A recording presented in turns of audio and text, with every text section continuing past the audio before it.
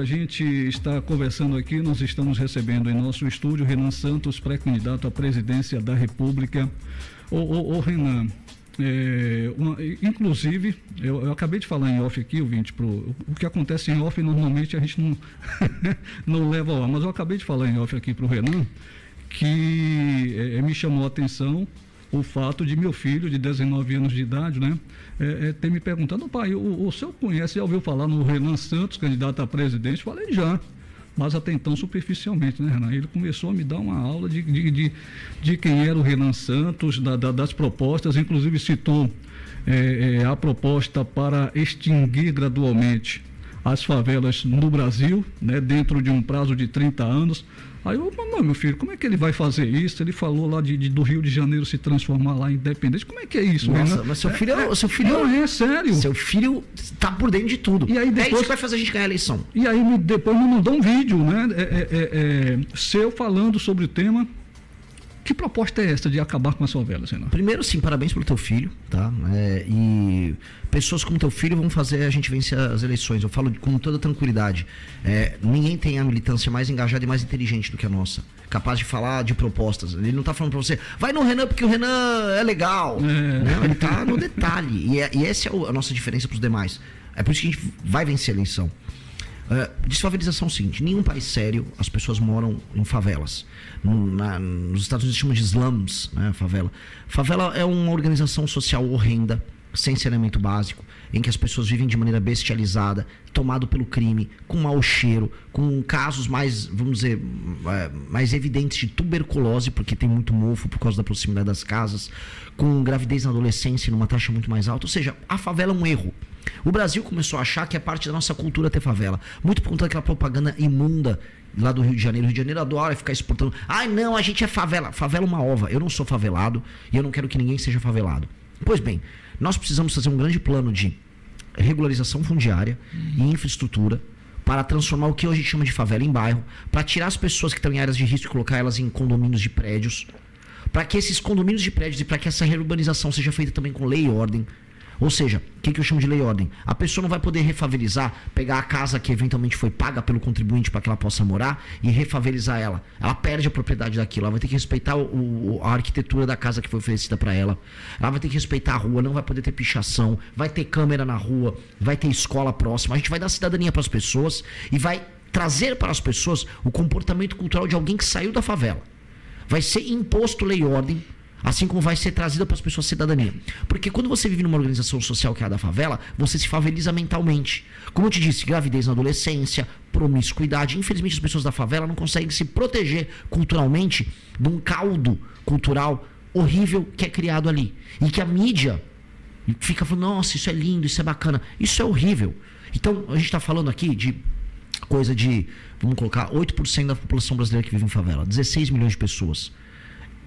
Algumas são, vou colocar, favelas de barraco de madeira. Isso aí vai ter que ser tudo derrubado. Aquele terreno limpo, se tiver em área de manancial, vai ter que tirar as pessoas dali e vai ter que montar predinhos ou casinhas fora para que essas pessoas vão ver de maneira digna. Outras, já tem um bairro estabelecido, um local plano, por exemplo, a gente tem que readequar a casa, é o caso mais barato. Vai ter que abrir vias de passagem entre todas as casas para que ambulância possa passar, carro possa passar, para que tenha meio fio, para que a gente tenha arborização, que tem escola, que tem delegacia de polícia. A gente vai fazer zonas econômicas especiais nesses lugares para que comerciantes e empresas se instalem ali, para que tenha emprego ali próximo. A gente vai fazer tudo isso em parceria com a iniciativa privada, ou seja, a iniciativa privada faz as obras e o espaço que a iniciativa privada consegue economizar. Porque a gente sabe muito bem que a favela, por mais que tenha algum grau de verticalização, ela, se você faz prédio, você ocupa espaço. E você se você faz prédio, você libera espaço. Liberando espaço, a gente pode fazer um shopping center ali, a gente pode fazer um espaço para atender comercialmente aquelas pessoas e a iniciativa privada investir e lucrar com isso. Assim a gente traz dignidade para as pessoas de maneira economicamente viável. Pois bem, a gente tem que fazer isso não em 30 anos, em 10 anos. Eu quero em 10 anos não ter mais favela. 10 anos não ter mais favela no Brasil. E não é difícil. A China fez muito mais em muito menos tempo. A China fez habitação para centenas de milhões de habitantes. Centenas de milhões em um período mais curto de tempo. Então, nós podemos. A gente tem que voltar a ter essas grandes ambições. O Brasil perdeu a ambição de qualquer coisa. A gente não consegue entregar uma obra no prazo. As nossas ruas são feias, as nossas cidades são horríveis. Desfavelizar é uma forma da gente tornar o brasileiro civilizado. A gente está criando uma massa de jovens incivilizadas. E é obrigação do Estado resolver isso. No campo da segurança pública, Renan, o senhor falou, né, o senhor defende aí uma postura de o que a gente chama aí normalmente de tolerância zero, né? O uso do chamado direito penal do inimigo contra membros de facções criminosas. Você está numa cidade, Teixeira de Freitas, um estudo recente, saiu nesta semana, Teixeira de Freitas ocupando no ranking de violência, de mortes violentas no Brasil, a gente ocupando aqui a 12ª colocação. Nossa, eu não sabia que Teixeira estava nessa situação. No ranking nacional. A cidade de Porto Seguro, não sei se você já passou por lá, aparece nesse mesmo ranking na 8ª colocação. Nós temos aqui um grave problema de conflitos agrários em nossa região extremo sul baiano. Na segurança pública e com relação a esta questão dos conflitos no campo, que proposta você tem, de que forma você acompanha? Vamos lá, primeira coisa, vocês sabem, eu peço que o ouvinte entenda que os assentamentos de reforma agrária no Brasil foram um fracasso. A produtividade dos assentamentos é mínima.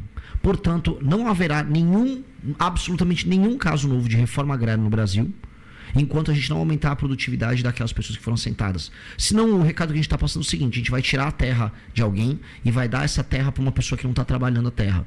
E aí ela não cumpre o tal do fim social, da função social da propriedade, que é uma mentira, não deveria existir isso na Constituição, mas na prática, já que existe, vamos então obrigar que os assentados cumpram. Então não vai ter mais conflito fundiário, nós não vamos fazer nenhuma demarcação de terra indígena, nós vamos parar todos esses processos e toda essa guerra que é construída contra o agricultor vai ser parada.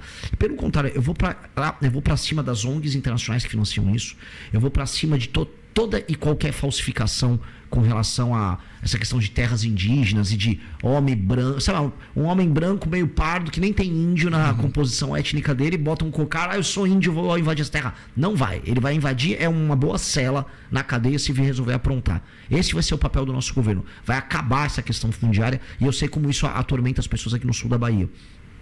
Segunda coisa que é bem importante colocar: combate a crime organizado, ela será feito em muitos ângulos, mas o principal é a imposição da lei da ordem e da autoridade do Estado por meio da violência.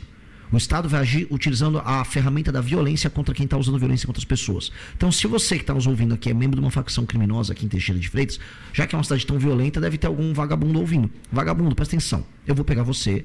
Se você tentar reagir, você será morto. E você vai ser morto já ano que vem. Então é bom que você já faça seus planos esse ano, sabe, se despeça da sua mãe, fala com os teus familiares, porque se você continuar na atividade delituosa e resolver aparecer um dia armado, você será devidamente furado. Esse é o primeiro ponto. Segundo ponto, se entregou, o vagabundo que está nos ouvindo, tá tudo bem. Você vai ficar 20, 30 anos na cadeia, porque as nossas leis penais vão aumentar e não vai haver progressão de pena, que a lei de execuções penais será alterada para a gente não ter mais a famosa progressão, a famosa saidinha. Então, a tua vida, se você está ouvindo que é um bandido, prepare-se, tente me matar, como muita gente fica me ameaçando, porque eu chegando ao poder e eu estou subindo nas pesquisas, bicho vai pegar.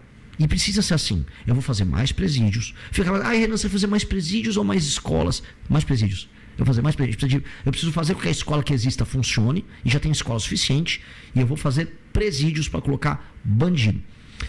Aumentei a lei e ordem, aumentei as punições, eu vou vir com o direito penal do inimigo que o senhor citou, que vem a ser o seguinte: o Estado tratar como diferente quem já se considera diferente. Então, esse membro da facção que estava ouvindo a gente na rádio agora, se ele pertence a uma facção, ele é do bonde dos malucos, ele é do Comando Vermelho, muito simples. Você está em recorrente cometimento de crime por parte da sua facção, então eu não te considero mais um titular de direitos e deveres como um cidadão comum no Brasil.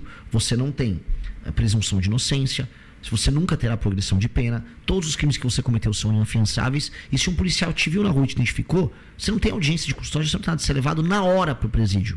Na hora. Assim funciona o direito penal do inimigo. A pessoa que se coloca como elemento de um grupo de exceção será tratada como exceção. E nós vamos te tratar dessa maneira. Então, o bicho vai pegar, porque aí eu consigo destruir o crime organizado muito mais rápido. O Estado passa a ter ferramentas para destruir o crime organizado que ele nunca teve antes. E essas ferramentas eu vou trazer. E aí as polícias, junto com o Ministério Público, junto com o governo federal, nós vamos para cima. E aí, se há qualquer cidade que está tomada pelo crime, ela será devidamente retomada pelo Estado. Eu soube que Porto Seguro, veja só, o Monte Pascoal, onde o Brasil foi descoberto, ele já tem símbolos do Comando Vermelho, de facções. Ou seja, as facções tomaram um símbolo nacional e o pedaço de lixo que é o atual presidente da República, o Lula, permite isso. Isso é humilhante para nós brasileiros. O Brasil tem que ir lá e retomar. O Lula não retoma porque o Lula é vagabundo, o Lula é malandro. O Lula e o partido dele são amigáveis com o crime organizado. Eu não serei, eu vou retomar o Monte Pascoal, eu vou retomar o sul da Bahia, assim como vou retomar todas as áreas tomadas pelo crime ao redor do Brasil. Gostou do vídeo? Então curta e se inscreva no canal. Nos vemos em breve.